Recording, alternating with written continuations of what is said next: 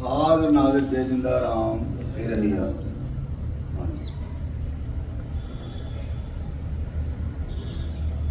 राग राग मारू सोले महला पंचमा ओ सतगुर प्रसाद। आद निरंजन प्रभु निरंकारा, सब में वसते आप निरारा। सत्संग के वचन ये पांचवी पातशाही श्री गुरु अर्जन देव जी महाराज का शब्द है। हमें चाहिए कि सत्संग में आकर वाणी पर विचार करें और देखें कि जो वाणी कहती है हम अपने मन को उस धारणा पर लाते हैं या नहीं। आद निरंजन परम निरंकारा, सब में बसते सब में वर्ते आप निरारा। अंजन का अर्थ है माया और निरंजन कहते हैं माया से रहित को।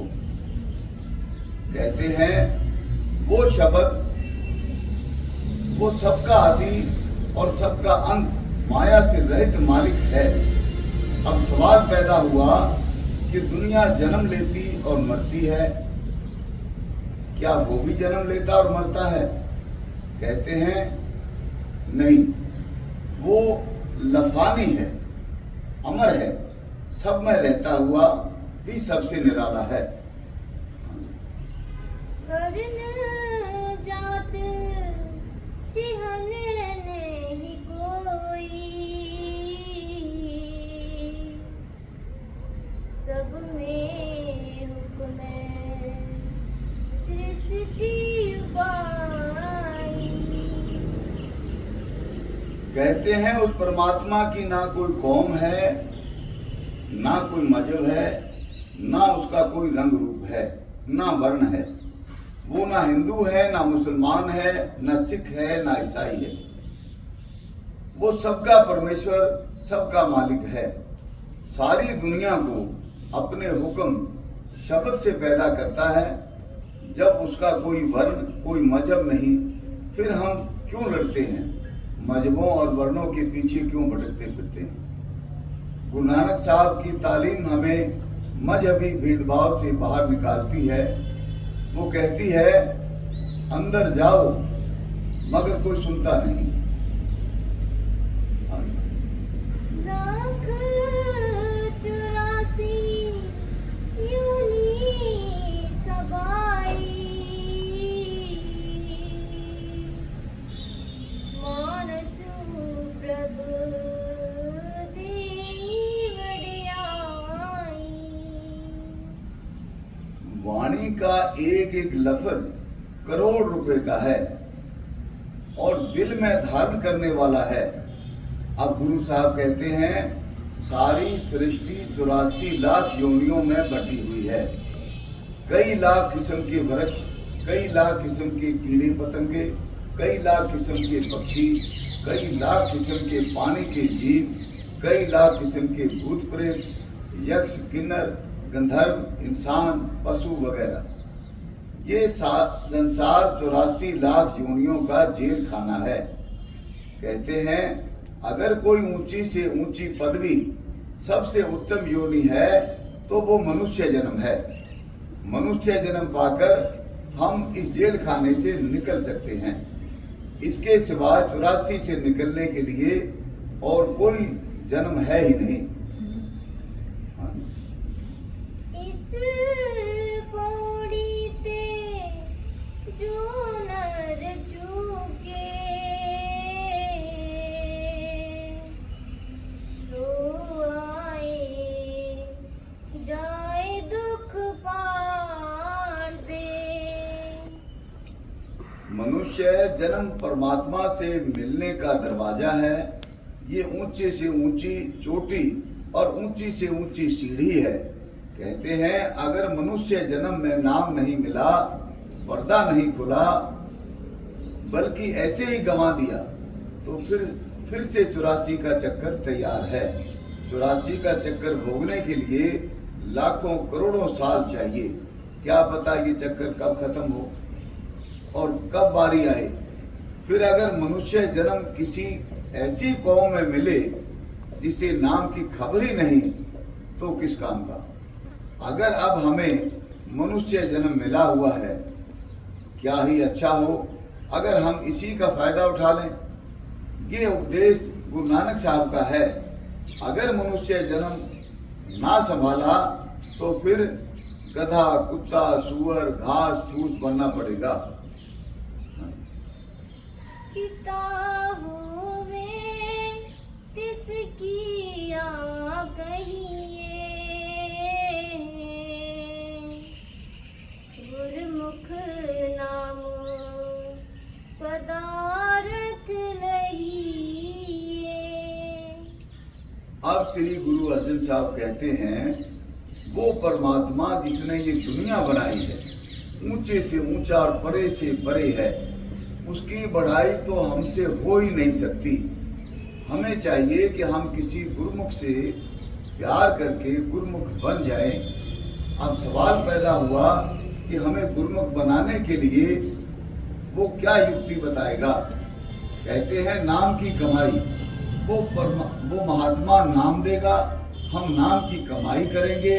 हमारी आत्मा पर पहले ये स्थूल शरीर है, स्थूल शरीर की स्थूल इंद्रियां हैं, जिनके जरिए हमारा इस स्थूल दुनिया से ताल्लुक है। जब नाम की कमाई करते हुए हम तुर्यापद या सहजदल कमल में जाएंगे, वहाँ सूक्ष्म गिलाफ, सूक्ष्म दुनिया है। जब ब्रह्म में जाएंगे, वहाँ कारण शरीर और कारण दुनिया है। जब हम पार ब्रह्म और 10वें द्वार में जाएंगे, वहाँ अमृत सरोवर है, जिसमें नहाकर ना सिर्फ 3 शरीर स्थूल, सूक्ष्म और कारण उतर जाते हैं, बल्कि सारे कर्म नाश होकर रूह निर्मल हो जाती है। संत सिर्फ दुनिया में आने जाने के लिए इसके प्रारब्ध कर्म रख लेते हैं।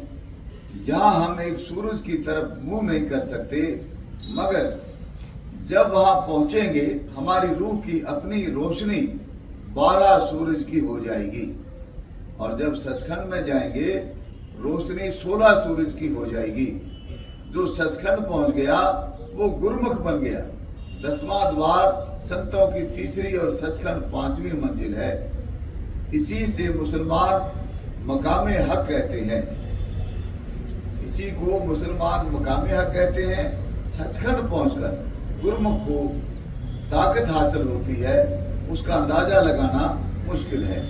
गुरु अर्जन साहब कहते हैं, गुरुमुख कोट उदारता भाई दे नावे एक कणी। गुरुमुख में इतनी ताकत हो जाती है कि अपने कमाए हुए नाम की एक कणी देकर करोड़ों जीवों को सचखंड ले जा सकता है। यही स्वामी जी महाराज कहते हैं, गुरुमुख की गति सबसे भारी, गुरुमुख कोट जीव उभारी। गुरुमुख की गति बड़ी ऊंची है। एक गुरुमुख आता है, करोड़ों जीवों को नाम देकर सचखंड ले जाता है। इसलिए गुरु साहब कहते हैं कि आप नाम की कमाई करके परमात्मा से मिलो और गुरुमुख बन जाओ। ना सिर्फ आप ही करो, बल्कि सारी दुनिया को भी साथ ले जाओ। भाव ये है कि प्रभु भक्त की प्रेम पूर्ण भक्ति उसके आसपास ऐसा आध्यात्मिक वातावरण पैदा कर देती है, जो उसके संपर्क में आता है उस पर गहरा प्रभाव पड़ता है।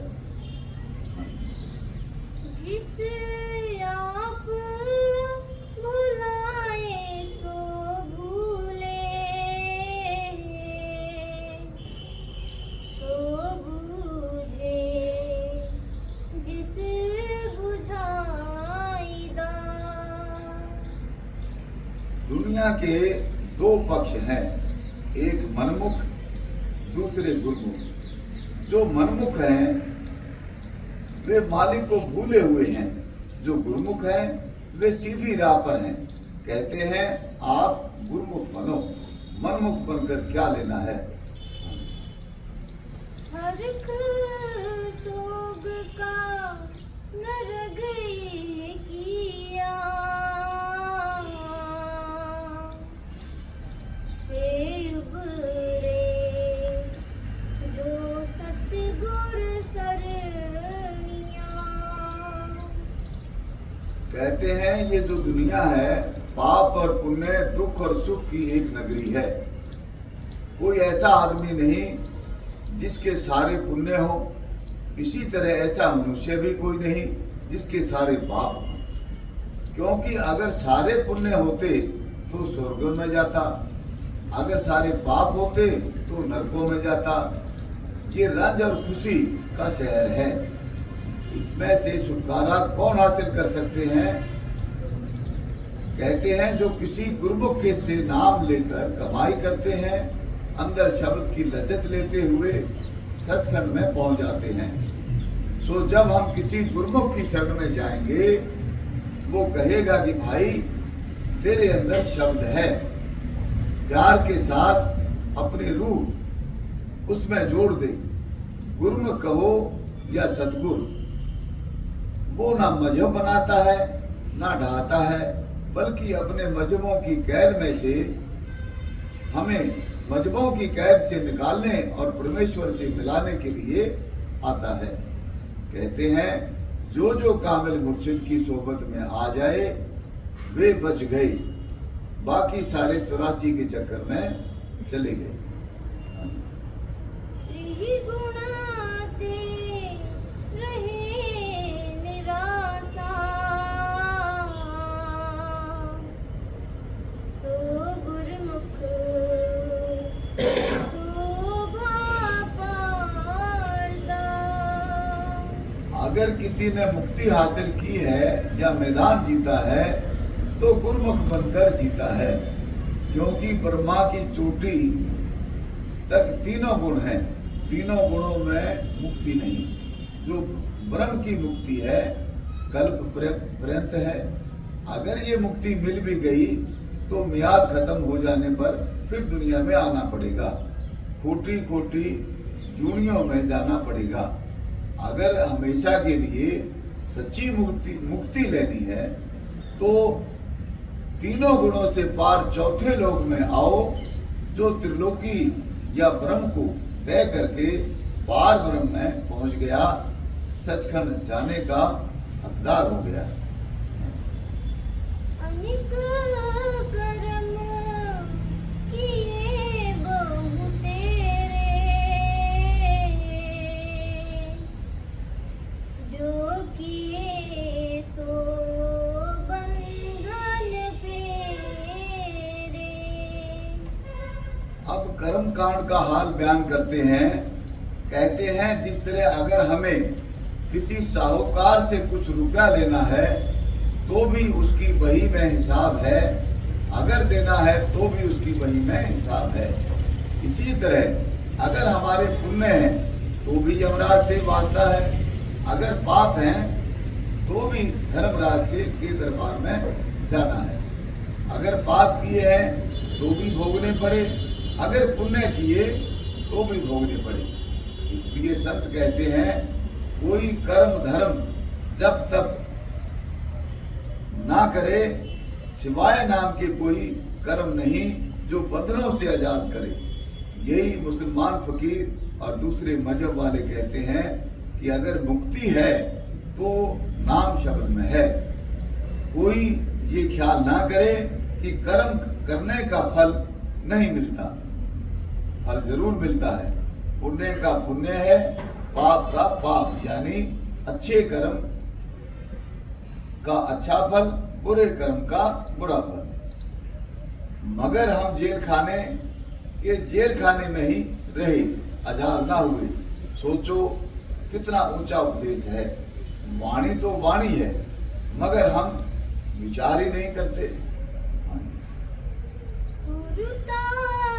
बीज बीजे नहीं जमे,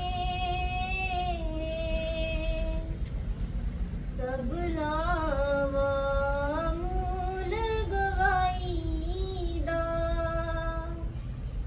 कहते हैं ये कलयुग है, इसमें ना जप की जरूरत है, ना तप की, ना तीर्थ, ना मूर्ति, ना मंदिर, ना किसी और कर्म की। ये पिछले युगों में थे, मगर कलयुग में नहीं। कलयुग में जीवों की उम्र थोड़ी है और शरीर कमजोर हैं, इसलिए ये कर्म विधि पूर्वक बन नहीं सकते। जिस तरह किसी जमींदार के पास महीना 1.5 महीना फसल पकने तक वक्त है, अगर वो गेहूं बोएगा तो वो नहीं उगेगा, अगर चने बोएगा तो नहीं उगेंगे, फसल तो क्या होगी, बीज भी नाश हो जाएगा। सो कहते हैं कलयुग में सिवाय नाम शब्द के किसी कर्म का मौसम नहीं। जितने कर्म धर्म हैं सब कुरुता यानी बेमौसम के बीज हैं। सो इनके करने से नफा तो क्या होगा, मनुष्य जन्म की पूंजी भी हाथों से चली गई। ये स्वामी जी महाराज कहते हैं कलयुग कर्म धर्म नहीं कोई, नाम बिना उद्धार न हुई। कलयुग में कोई कर्म धर्म नहीं, अगर है तो नाम है। हाँ जी। कलयुग में है कीर्तन परधाना, गुरमुख जपिए लाए ध्याना। अब ये तुक समझने वाली है। कहते हैं कलयुग में ऊंचे से ऊंचा सिमरन, ऊंचे से ऊंचा भजन कीर्तन है। ये जितनी दुनिया बैठी है सबके अंदर दिन रात कीर्तन हो रहा है, कभी बंद नहीं होता, बराबर जारी है। वो तब बंद होगा जब मौत आएगी। वो कीर्तन प्यारे से प्यारा राग और प्यारी से प्यारी आरती है। जिस वक्त रूह उसके साथ जुड़ेगी उसकी आशिकी हो जाएगी, दुनिया के सारे स्वाद भूल जाएंगे। यही शेख फरीद कहते हैं, फरीदा शक्कर खंड निवात, गुड़ माखियो मांझा दूध, सबे वस्तु मिठाइयाँ, रब न पूजन तुद। गुरु अर्जन देव जी कहते हैं हर कीरत साथ संगत है, सिर कर्मन के कर्मा। अगर कोई ऊंचे से ऊंचा कर्म है तो कीर्तन है, जो आपके सबके अंदर हो रहा है। आगे कहते हैं कहो नानक तिस भयो प्राप्त, जिस पूर्व लिखेगा लेना। जिसके बड़े ऊंचे भागे हों वो सुनता है, बाकी सारे खाली आए और खाली चले गए। अगर किसी के घर करोड़ रुपए दबा हुआ हो, वो अपना घर ना संभाले, रुपया ना निकाले, बल्कि कौड़ी कौड़ी मांगता मर जाए, उसे उस रुपए का क्या फायदा। वो जैसा आया वैसा ही चला गया। कीर्तन हो या नाम, बेशक शब्द कह दो, वो किसी जबान में नहीं, ना तुर्की, ना फारसी, ना हिंदी, ना अंग्रेजी और ना कोई और। हिंदू होकर अंदर जाओ वो मिलेगा, मुसलमान होकर अंदर जाओ वो मिलेगा, ईसाई होकर अंदर जाओ वो मिलेगा, यहूदी होकर अंदर जाओ वो मिलेगा, किसी और मजहब के होकर जाओ तो भी वो मिलेगा। वो सारी दुनिया का एक ही और सबका साझा है। जब तक हम गुरमुख नहीं बनते उस दौलत को ले नहीं सकते। वो दौलत परमेश्वर ने हर एक के लिए उसके अंदर रखी हुई है। हमें चाहिए कि हम गुरमुख बनकर उस दौलत को ले लें और सुखी हो जाएं। अब ये गुरु नानक साहब की तालीम है कि कितनी ऊंची है, कि मगर हम इधर तवज्जो ध्यान नहीं देते। आप तरे सगले तारे, हर दरगह पत स्यु जाइदा। कहते हैं जो उस कीर्तन या नाम को अंदर सुनता है वो ना सिर्फ तर ही जाता है बल्कि अपने कुटुंब और कुल को भी तार लेता है। भाव ये है कि प्रभु भक्ति की प्रेम भक्ति घर में ऐसा आध्यात्मिक वातावरण पैदा कर देती है, उसके परिवार के सब सदस्यों पर गहरा प्रभाव डालती है और वो प्रभाव पीढ़ियों तक चलता है। नाम इतना ऊंचा है, फिर आसान से आसान है, पैसा खर्च नहीं होता, बाहर से कुछ लाना नहीं। अगर पिछली रात को जाकर घर में बैठकर 2-3 घंटे रोज नाम शब्द की कमाई करोगे तो इज्जत के साथ परमात्मा की दरगाह में पहुंच जाओ। खंड पताल दीप सब लोहा, सब काले बस आप प्रभ कीरा। निहचल एक विनाशी सो, निहचल ज्योति हस धियाइदा। ये बात समझने वाली है। कहते हैं परमात्मा ने सारी दुनिया खंड पताल मतलब कि त्रिलोकी काल भगवान के अधीन की हुई है। ब्रह्म की चोटी तक काल का राज है। ये गुरु गोविंद सिंह जी कहते हैं, काल हूं के काल महाकाल हूं के काल है। सारी त्रिलोकी का मालिक काल है। कृष्ण भगवान ने अर्जुन को मुंह खोलकर अमली तौर पर दिखा दिया कि मैं काल हूं और सारे कौरवों की सेना के योद्धा मेरे खाए हुए हैं। असली खुदा का तो किसी किसी को ही पता होगा। सारी दुनिया जो त्रिलोकी का मालिक है उसी को परमात्मा मानी बैठी है। जो सतनाम सचखंड है वो चौथे लोक में है। वो लफानी काल की हुकूमत में नहीं है। जो उसकी उपासना करता है वो जन्म मरण में नहीं आएगा, बल्कि हमेशा के लिए मुक्त होकर सतलोक में रहेगा। ओम तक की सृष्टि प्रलय में ढह जाती है और सोहम तक की महाप्रलय में तो सचखंड है। जो सचखंड है वो त्रिलोकी छोड़ और गुफा से भी परे है। वहां ना प्रलय आती है ना महाप्रलय। अब इस रमज भेद को कोई कोई गुरुमुख ही समझता है। आम हालत क्या है? जो इन जीवों को खाता है ये उसी काल की पूजा करते हैं। जो नेक कर्म करते हैं उनको काल स्वर्ग भी देता है, वैकुंठ भी देता है, एक खास म्याद तक मुक्ति भी देता है। काल के 70 चौकड़ी युग एक बार और 64 चौकड़ी युग एक बार एक टांग पर खड़े होकर कुल मालिक की भक्ति करके उसने त्रिलोकी का राज, स्वर्ग, वैकुंठ वगैरह देश लिए हुए हैं। वो ना रूह को बना सकता है और ना ही मार सकता है। रूह अविनाशी है, सतनाम की अंश है। जितने संत महात्मा और दूसरे फकीर हुए हैं सबने कहा है कि रूह अविनाशी है, सतनाम सचखंड देश की रहने वाली है। मैं एक दफा अपना सब डिविजनल रावलपिंडी लेकर आया। वहाँ एक एलडीओ था जो गैस वर्ग का इंचार्ज था। हमारा नियम था शाम को जब काम छोड़ना, इकट्ठे छोड़ना। एक दिन की बात है, छुट्टी का वक्त हो चुका था। मेरा क्लर्क कागज पर साइन दस्तखत करवाने के लिए आ गया। उधर वो कहने लगा चलो भाई कल कर लेंगे। मैंने कहा दस्तखत कर लेने दो। कहता है छोड़ो यार, अपने आप खुदा कर लेगा। मैंने कहा कौन सा खुदा?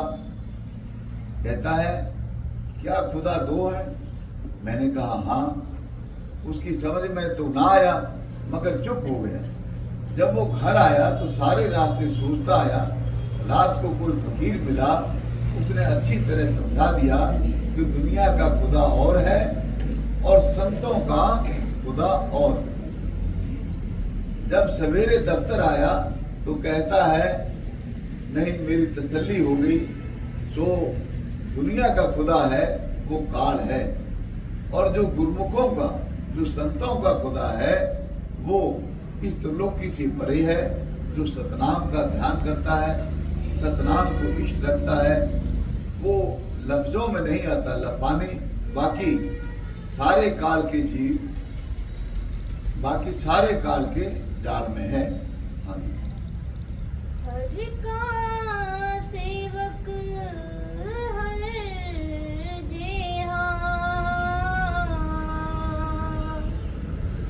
भेद न जानो माठन देहा। जो उस परम पिता परमात्मा को, जो सतनाम को इष्ट रखता है, शब्द की कमाई करता है, वो जब सतनाम के शब्द में, सचखंड में हो रहा है, लीन होगा, तो परमात्मा का रूप हो जाएगा। फिर हम उसको मनुष्य नहीं कहेंगे। जब कतरा समुद्र में मिल गया, समुद्र हो गया, फिर हम उसे कतरा नहीं कहेंगे। इसी तरह जो गुरुमुख हो गया वो परमात्मा हो गया।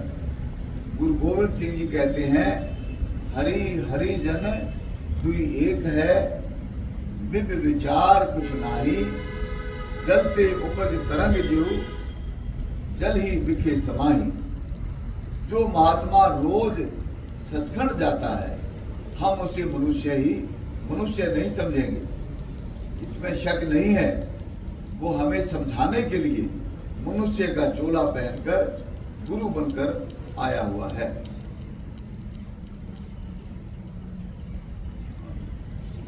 ज्यों जल तरंग उठे बहु भांति, फिर सलले सलल समाईदा।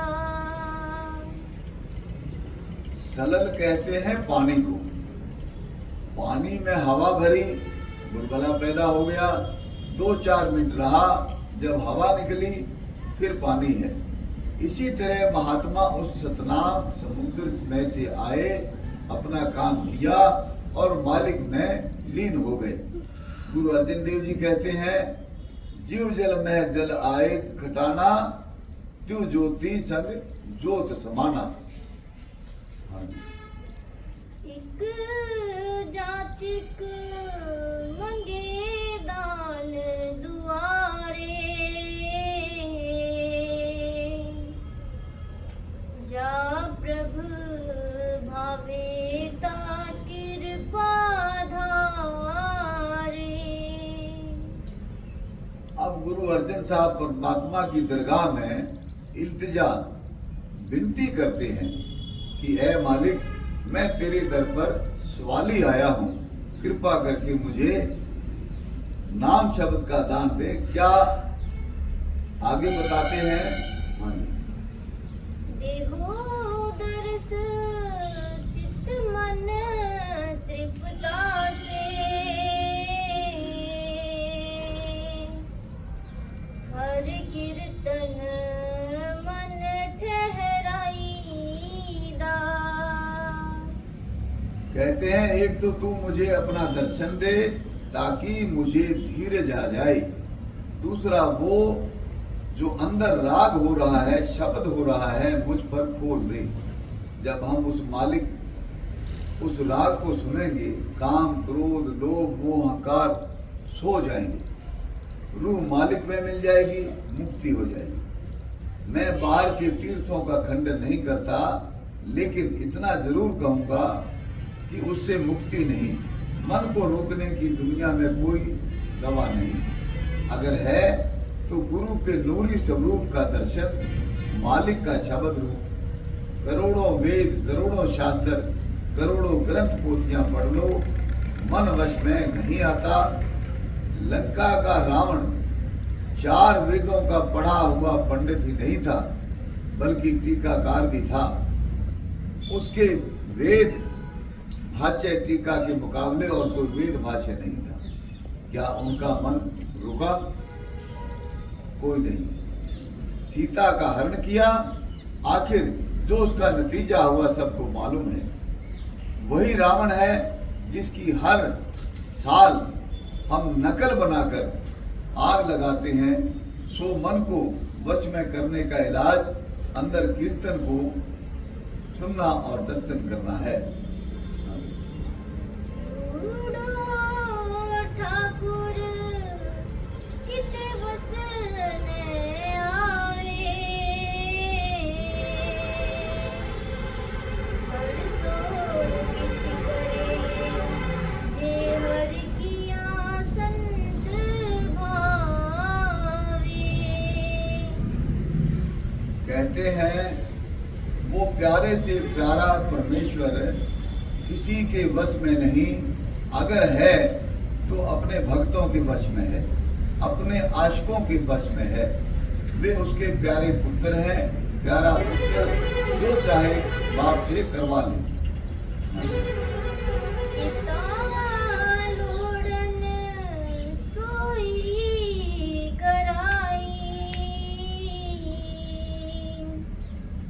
दर फेरने कोई पायदा। संत परमेश्वर के प्यारे पुत्र हैं। वो खुदा के उस परमेश्वर उन्हें अपनी दरगाह से खाली नहीं लौटाता। वे जो चाहे परमेश्वर से करवा लें।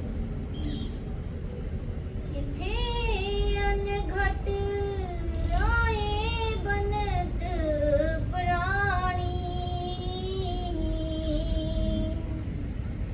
तिथे हर धियाइए सारंग पाणी।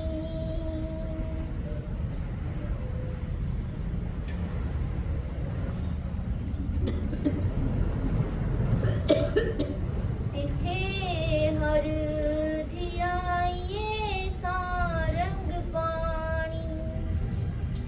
आगे कहते हैं जब यमदूत आकर इसके सांस निकालते हैं और धर्मराज इसे नरकों में डालना और सजा देना चाहता है, तो वहाँ सिवाय परमेश्वर के और कोई सहायक नहीं होता।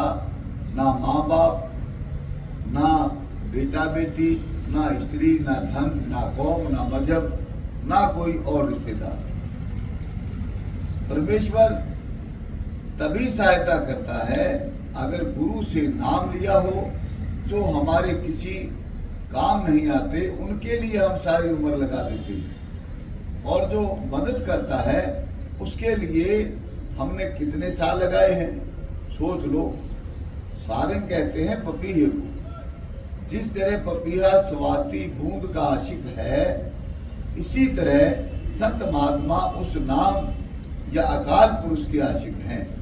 सो कहते हैं जहाँ इसका कोई बेली बितर नहीं, वहाँ छुड़ाने वाला वो नाम है या अकाल पुरुष है। इसलिए हमें चाहिए कि हम उसके साथ सच्चा प्यार, सच्चा इश्क उनके साथ करें।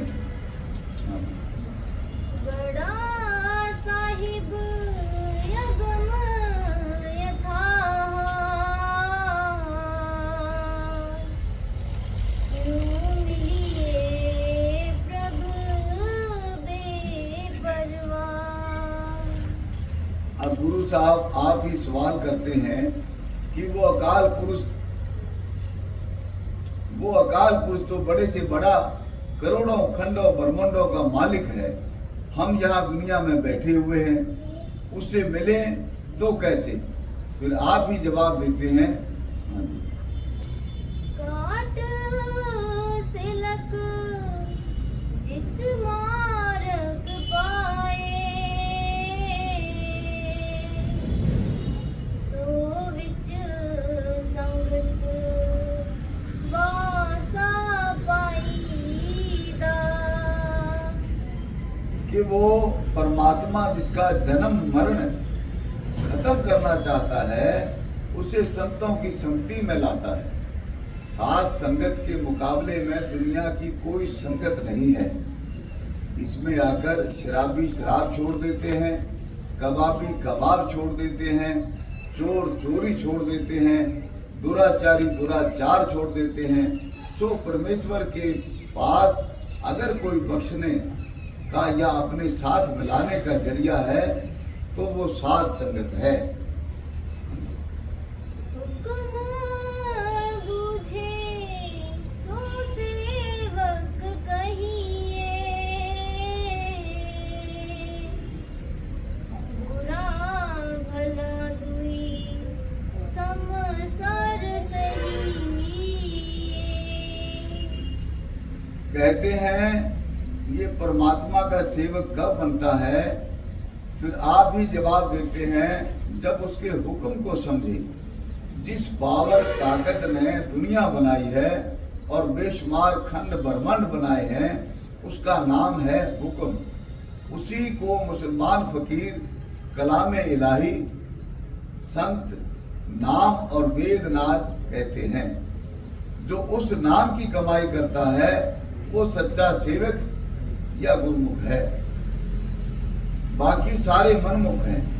ऊंचे से ऊंचा भजन, ऊंचे से ऊंची रहनी, और मालिक की बड़ी से बड़ी कृपा क्या है?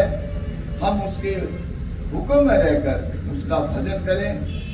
वो चाहे दर दर भीख मंगाए, चाहे राज कराए, नंगा रखे, भूखा रखे, हम उसके भजन को ना छोड़ें और उसकी रजा में राजी रहें। अगर इस नुक्ते पर आ जाओ तो कोई दुख नहीं। इस्लामिक किताबों में एक कहानी आती है कि एक मुसलमान बुजुर्ग किसी गांव में रहते थे। एक दफा क्या हुआ कि कुत्तों को बीमारी हो गई, लगे कुत्ते मरने। लोगों ने उस बुजुर्ग के आगे अर्ज की कि हजरत कुत्ते मर गए। वो कहने लगे अच्छा, मालिक ने जो किया है वो अच्छा किया। फिर कोई ऐसा समय आया कि गांव के सारे मुर्गे मर गए। लोगों ने फिर अर्ज की कि मुर्गे मर गए। उसने कहा कि अच्छा हुआ। लोगों ने दुखी होकर कहा कि हमारे कुत्ते मर गए, हमारे मुर्गे मर गए और तुम कहते हो कि अच्छा हुआ। जो मालिक की रजा। उस जमाने में माचिस नहीं होती थी। लोग चकमक से 2 पत्थर लेकर आपस में रगड़ते थे और लकड़ी पर लकड़ी रखकर नीचे सूखी घास या रुई रखते थे। चिंगारियां उस पर गिरकर आग लगा देती थी। लोग अमूमन आमतौर पर रात को आग दबाकर रख देते थे। एक दफा क्या हुआ कि सारे गांव की आग एकदम बुझ गई। लोगों ने फिर उसी फकीर के पास आकर अर्ज की कि हजरत अब तो सारे गांव की आग बुझ गई, क्या किया जाए? तो वो फिर कहने लगे जो उसकी मौज। लोगों ने इस बात को पसंद ना किया और दोबारा अर्ज की कि हजरत हमारे हक में दुआ करो। कहते हैं अच्छा एक दिन ठहर जाओ, फिर अपने आप ही पता लग जाएगा। लोगों ने यकीन ना करते हुए कहा चलो चले, ये तो इसी तरह बोलते रहते हैं, इसी तरह कह देते हैं। अगले दिन एक बादशाह कत्लेआम करता हुआ उधर से गुजरा। दूर से पेड़ों को देखकर कहता है कि यहाँ जरूर कोई गांव होगा। फौज से कहता है कि चुपचाप सुनो। जब कुछ पता ना लगा तो कहता है कि यहाँ कोई आबादी नहीं, ये पेड़ ऐसे ही हैं, या ना कुत्ते भौंकते हैं, ना मुर्गे बोलते हैं, ना धुआं निकलता है, छोड़ो इसे। ये कहकर वो गांव से बाहर ही निकल गया। जब गांव के लोगों को पता लगा, उन्होंने न सिर्फ परमात्मा का हजार शुक्रिया किया, बल्कि उस फकीर पर सच्चे दिल से ईमान ले आए। सो गुरु अर्जन देव जी महाराज कहते हैं कि जो परमात्मा का हुक्म माने वो उसका सेवक है, वो गुरुमुख है। बाकी सारे मनमुख हैं। अगर गुरुमुख बनना है तो चाहे हमारा नफा हो चाहे नुकसान हो, हमें चाहिए उसे प्यार के साथ भुगत लें। हर के भगत सदा सुखवासी, बाल सुखाए अतीत उदासी। होमे जाए ता एको बूझे सो गुरमुख सहज समायता। कहते हैं जो शब्द की कमाई करता है उसकी होमे और ममता नाश हो जाती है, वो गुरमुख बन जाता है। जहाँ योगियों ने गुरु नानक साहब के साथ गोष्ठी की, वहाँ उनके सवालों के जवाब में गुरु साहब ने कहा, मनसा आशा शब्द जलाई गुरमुख जोत निरंतर पाई। हम हुक्म को समझते नहीं, यानी मानते नहीं। अगर कारोबार में फायदा हुआ तो हंसने लग गए, नुकसान हुआ तो रोने लग गए। कहते हैं जो गुरुमुख बनकर शब्द की कमाई करेगा वो सहज अवस्था में चला जाएगा। ये हुक्म मानने का फायदा है। हर के भक्त सदा सुखवासी, बाल सुभाए अतीत उदासी। कहते हैं जो परमात्मा के भक्त हैं उन्हें कभी दुख आता ही नहीं, क्योंकि वे सदा परमात्मा की रजा में राजी रहते हैं। वे अतीत यानी माया से रहित हैं, हर वक्त परमेश्वर के ध्यान में लीन हैं। उनका स्वभाव 40 दिन के बच्चे की तरह होता है। 40 दिन के बच्चे को जहाँ मर्जी है रखो, जिस तरह मर्जी उसके साथ सलूक करो, उसे कोई परवाह नहीं। उसे लोहा पकड़ा दो, लकड़ी दे दो, सोना दे दो, उसके लिए सारे एक जैसे हैं, उसे कोई भेद नहीं। अनेक रंग कबू है बहभाती, जीव जीता उत लड़ाई दा। जिस तरह बाप अपने प्यारे पुत्रों को खेलते देखकर खुश होता है, इसी तरह परमात्मा अपने भक्तों को देख देख कर खुश होता है। अगोचर कीमत नहीं पाई, तू मिली है जान है मिलाई।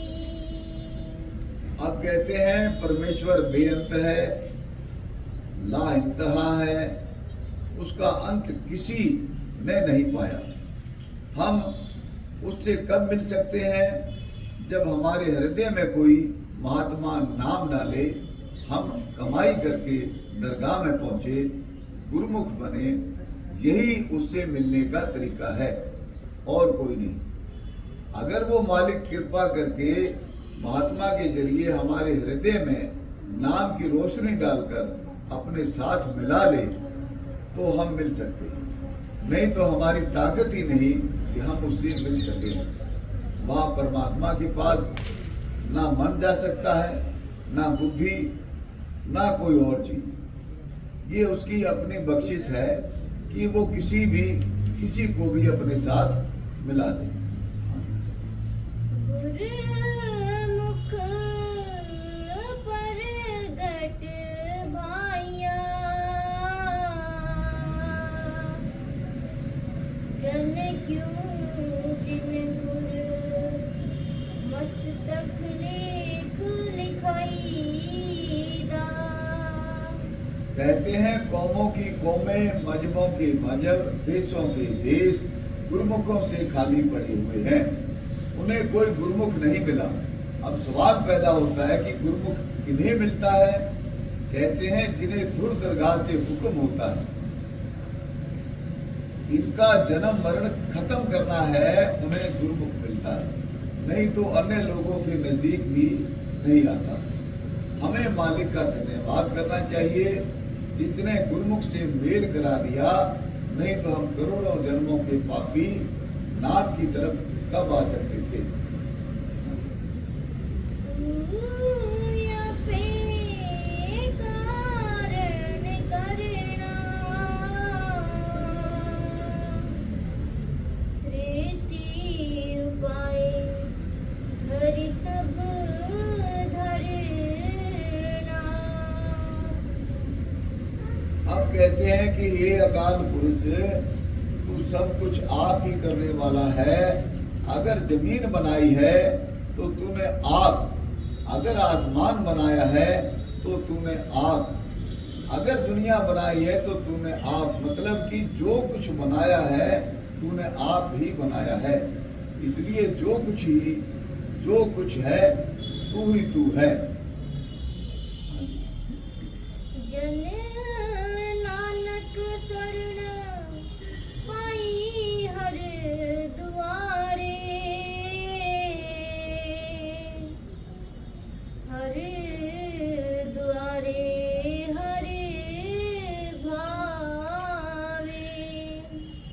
गुरु अर्जन साहब प्रार्थना करते हैं कि हे परमात्मा, मैं तेरे द्वार पर तेरी शरण में आ गया हूँ, तू कृपा करके मुझे अपने साथ मिला ले।